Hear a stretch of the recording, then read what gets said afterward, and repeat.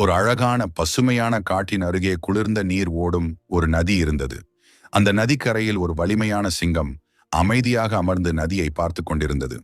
அதே நேரத்தில் ஒரு சின்ன சுறுசுறுப்பான குரங்கு நதியில் இருந்த முதலையின் முதுகில் சந்தோஷமாக சவாரி செய்து கொண்டிருந்தது. ஹா ஹா, எவ்வளவு சந்தோஷம் என்று குரங்கு சிரித்தது. ஆனால் அந்த முதலையின் மனசுக்குள்ளே ஒரு மோசமான எண்ணம் வந்தது. இன்னும் கொஞ்சம் ஆழத்துக்கு போனால் இந்த குரங்கை பிடிச்சிடலாம் என்று அது நினைத்தது. அதை கவனித்த சிங்கம் உரக்க குரலில் சொன்னது, ஏய் குரங்கே, கவனமாயிரு, உன் புத்தியை பயன்படுத்திக்கோ. உடனே குரங்கு புரிந்து கொண்டது. அது சிரித்துக்கொண்டே முதலையிடம் சொன்னது, முதலையே, எங்க அம்மா சொல்லி அனுப்பினாங்க, என் புத்தி நதிக்கரையில் தான் இருக்கு, அதை எடுத்துக்கிட்டு வரணும். முதலை நம்பி நதிக்கரைக்கு வந்தது. அந்த நேரம் பார்த்து குரங்கு ஒரே தாவலில் மரத்துக்கு மேலே குதித்தது. முதலை ஏமாந்து போனது. சிங்கம் சிரித்து கொண்டு சொன்னது, புத்தி இருந்தா வலிமையையும் ஜெயிக்கலாம்.